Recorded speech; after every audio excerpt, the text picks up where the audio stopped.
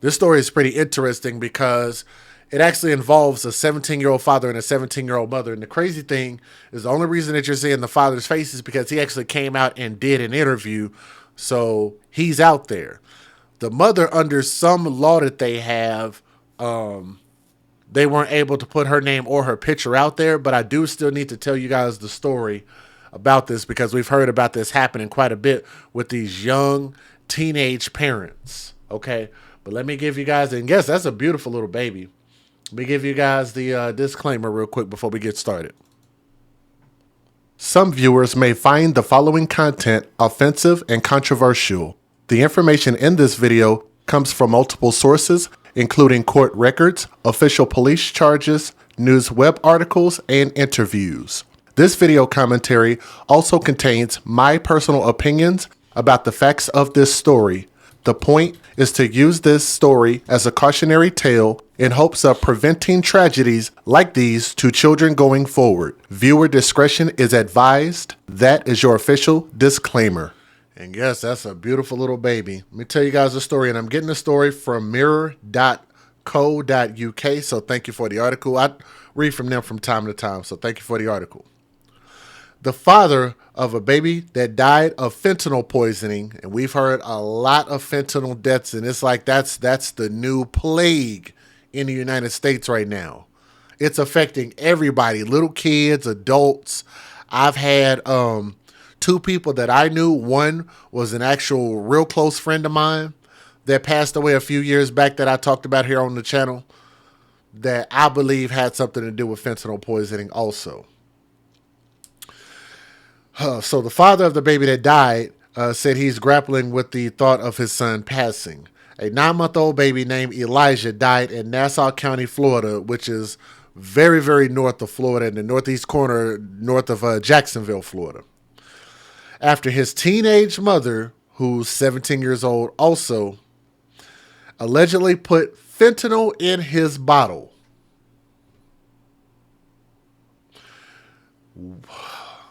I just don't know how you could be that level of dumb, but just this is another reason why I believe that, you know, when it comes to fathers should not be parents under the age of 30 years old, and mothers probably after 25 or later will probably be a little bit better to have a more suitable minded person, and even financially, I think that would make more sense. But let's talk about this. A 9-month-old baby named Elijah died in Nassau County. The incident took place on June 26th and was reported to the authorities when the baby became unresponsive. Despite efforts to revive him, the child passed away after being taken to a hospital in Jacksonville. Initially, the 17-year-old mother, who they have not put her face out there, I wish they would, but they haven't, claimed to have no knowledge of how the fentanyl ended up in the bottle. But her statements changed during subsequent interviews, which I think you should get more time in prison for lying and changing or altering your statements. It was later revealed that the mother had mistakenly filled the bottle with what she believed to be cocaine, but it turned out to be fentanyl, which is a potent opioid.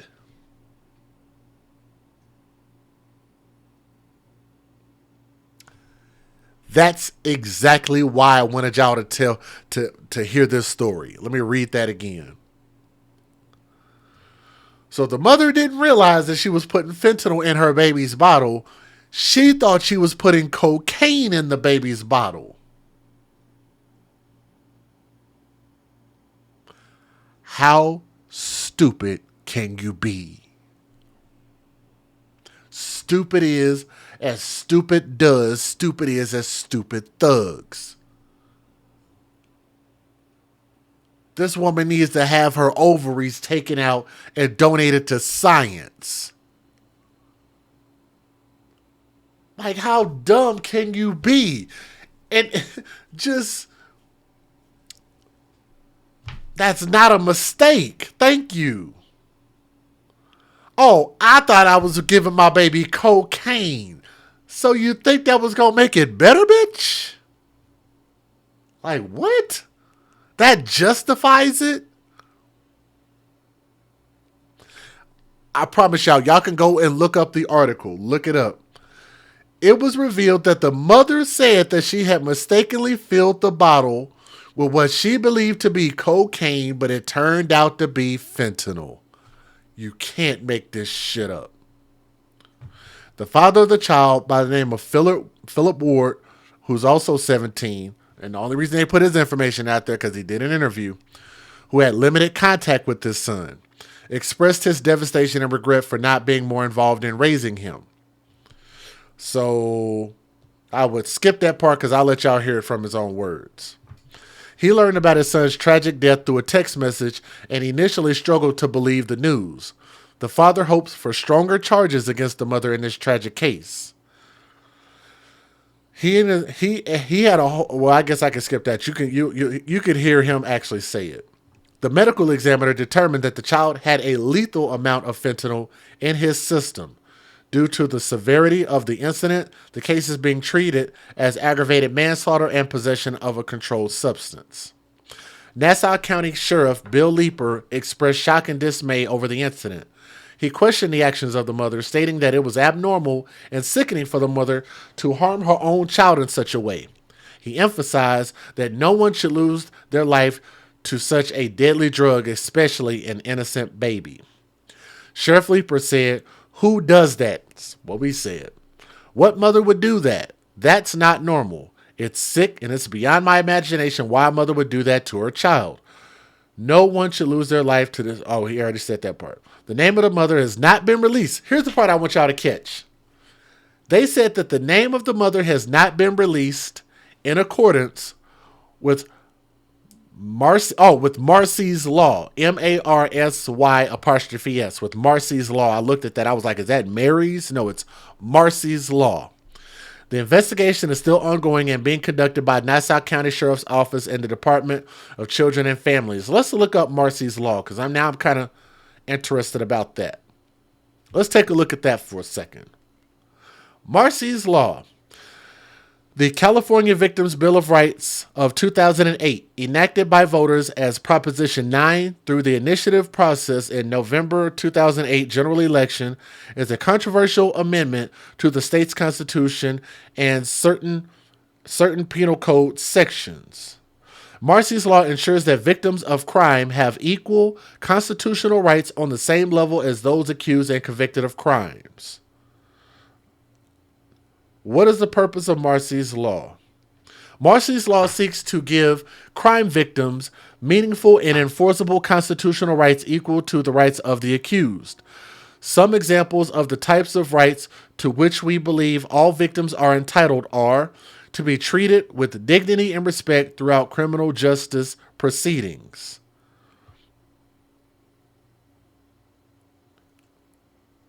Okay, I think this is a little bit more explanatory.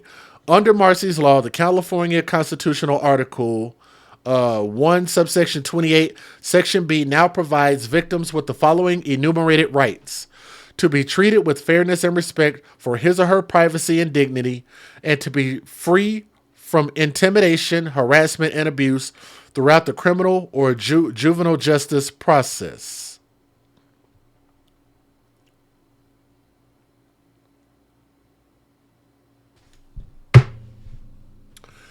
Essentially because she's a minor.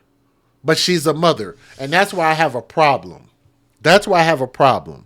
And I know I'm not here to rail against children, but I don't believe that a 17-year-old is a child. And let me explain why. Because now you are responsible for another life, and you put the adult shoes on to become a parent. Therefore, when you become a parent, you are no longer a child. At whatever age. I think that's fair. Let me know what you guys think. I'll repeat my words again. Once you become a parent, you are no longer a child. Period. Let me give you guys the fair usage. Here we go. Federal law allows citizens to reproduce, distribute, or exhibit portions of copyrighted motion pictures, videotapes, or video discs under certain circumstances without the authorization of the copyright holder. This is called fair use. It is allowed for purposes of criticism, news reporting, teaching, and parody, which doesn't infringe of copyright under 17 U.S.C. 107. Well, yeah, y'all are saying she should be charged as an adult, and she definitely should. But at the same time, when you choose to be a parent, you are an adult. You should be working. You should go get a job. You should provide for your kid. You should now be in an adult's shoes. But if you guys are listening to this video, please do me a favor and hit that thumbs up. Share this. Leave a comment because we want to start having these conversations. Let's get educated. All right, here we go. You're looking at a picture of the 9-month-old Nassau County boy who died from an overdose of fentanyl in his baby bottle. His father shared these photos with News4Jax and shared his heartbreak over the tragedy. This time last night, we brought you the news that the child's 17-year-old mother had been arrested and charged with aggravated manslaughter. She told deputies she put what... And thank you for bringing that up. You can be emancipated at 17. Actually, you could be emancipated earlier than that. You know, at age 18, you can go to war, but you can't vote. You can't drink. You can't vote at 17. I think you can vote at 18, but you can't drink at 18. Like, it's just, you know, these laws are really, really kind of weird. Like, you know what I'm saying? It's like you could put somebody on child support, which is a legally binding contract. You could put a 17-year-old on child support, but you can't charge a 17-year-old as an adult. But they can be an adult to a baby, to a life that is now under their tutelage. But we want to treat them like they need to be protected. That kid need to be protected, not the person that had it. Thought was cocaine in the baby's bottle to help put him to sleep. Turned out it was actually fentanyl. Today, News4Jax reporter Marilyn Parker spoke with the baby's young father. And Marilyn, he says he's in shock. Yes, he's also 17 years old. He shared how he didn't get to see his son much, but says if his son's mom was tired that day, he would have taken him, no questions asked. 17-year-old Philip Word sits next to his father, also named Philip. I love you, dog. They say they're numb after the death of their son and grandson, 9-month-old Elijah. He hadn't even had a chance to start walking and stuff. Their situation is complicated. The young father didn't see his son much, but when he did, It was amazing. I mean, it's really just the best feeling, just get to meet your kid, your first kid for the first time, and like hold them. And I just wish I would have actually gotten to be able to like get to know him and raise him. On June 26, Nassau County deputies responded to a call of an unresponsive baby. The 17-year-old mother told them she put the baby to sleep, but he wouldn't wake up. This is Deerfield Country Club Road. We were just told the incident happened inside this house. We spoke with the people on the inside. They say the 17-year-old is a family friend. She would often come and go, but that day she was not supposed to be here. The baby died at the hospital. Word says he found out from a friend via text. I didn't think it was real. But at the time, he didn't have the whole story. Neither did investigators. We found the presence of fentanyl. Wednesday, Sheriff Bill Leeper shared a picture of the baby's bottle. The narcotics unit tested it and found fentanyl. The mother told deputies she thought she was putting cocaine in the baby bottle to help put him to sleep. The medical examiner ruled his death a fentanyl overdose. So I want y'all to think about this. We don't want to put their name or face out there to protect them, but she's got cocaine. So it sounds like she had cocaine and fentanyl and didn't know the difference between the two. So you can go have cocaine and fentanyl, but God forbid if we put your name out there to the public and let the world know who killed this innocent baby, who was that dumb to do something like that to a baby. Deputies arrested and charged her with manslaughter. She's the only one that knows the real truth, why she did it. Word says they want to see stronger charges, but for now, they sit in disbelief. He had a whole nother family that he never got to meet, that loved him, that never got to meet him, and had the most love that they could for him. And we never got to show him that and be able to take care of him and raise him. And how? Most importantly, kept safe. Unfortunately, this was not the case. The Nassau County Sheriff's Office says the 17-year-old mom gave her baby a bottle, put him to sleep, and then couldn't wake him up. She got the baby's bottle, filled it with formula, then went into the bathroom and found a pill bottle. A pill bottle with what she thought was cocaine in it. She put some of what she thought was cocaine in the bottle, but it was actually fentanyl. An investigation revealed there was 10 times the lethal dosage of fentanyl in the bottle. The suspect was arrested on aggravated manslaughter and possession of a controlled substance. And by the way, while she was being booked into jail, she said she hasn't had her period for a while and might be pregnant again. Due to Marcy's law in Florida. Oh my God, I forgot about that part. And she also might be pregnant again. So she's 17, about to be the mother of 2 kids.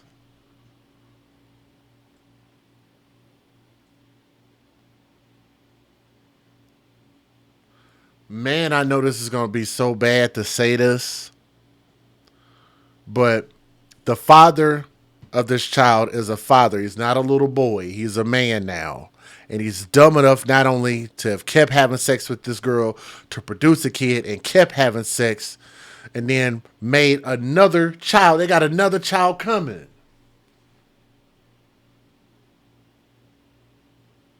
Young, dumb, full of cum, whatever you want to call it.